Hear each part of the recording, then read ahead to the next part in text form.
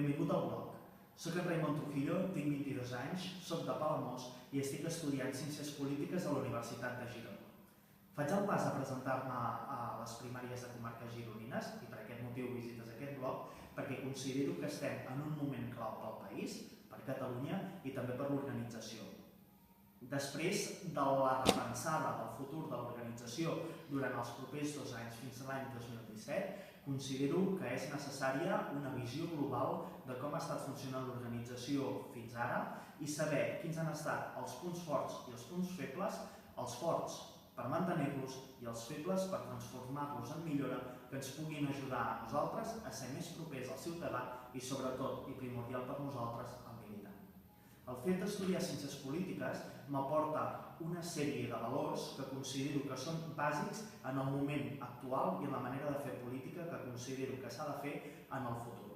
Som conscients que en el poble, a la comarca, a la província i a Catalunya hi ha moltes persones que no estan satisfetes amb les maneres de fer política actual. I per això, de la mateixa forma que a nivell de Catalunya hem estat capaços de reinventar-nos, ara considero que és necessari fer-ho també a comarques gironines. El projecte que et plantejo té 2 línies: Horitzó JTNC i Reinventa comarques gironines. Horitzó JTNC té 2 valors: la participació i la transversalitat. La participació servirà per trepitjar el territori i diagnosticar quines són les necessitats dels militants. I la transversalitat per posar en valor el treball en xarxa, fomentar la cohesió de grup i garantir la igualtat d'oportunitats. La darrera línia del projecte és Reinventa comarques gironines i aquesta ens servirà per aplicar arreu del territori els valors d'Horitzó JTNC, la participació i la transversalitat. La primera d'aquestes eines és la comunicació interna i externa. La interna per estar en contacte permanent amb els militants i l'externa per fer públic tot allò que ens interessi als mitjans de comunicació i a través de les xarxes socials.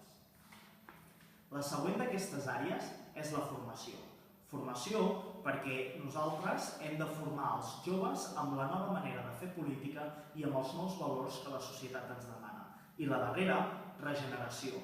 Regeneració perquè considerem que la Joventut Nacionalista de Catalunya hem de ser un espai de reflexió sobre el procés que està visquent actualment Catalunya. I m'agradaria acabar amb una frase de John Fitzgerald Kennedy. No et preguntis què pot fer el teu país per tu, sinó què pots fer tu pel teu país. I aquesta és la frase que m'agradaria que ara, el dia 22 de març, et fes reflexionar de quin tipus d'organització vols pels propers 2 anys. Si em fas confiança, aquests valors són els que regiran l'organització. Gràcies. Hi ha tantes coses a fer i et queda tan poc temps per fer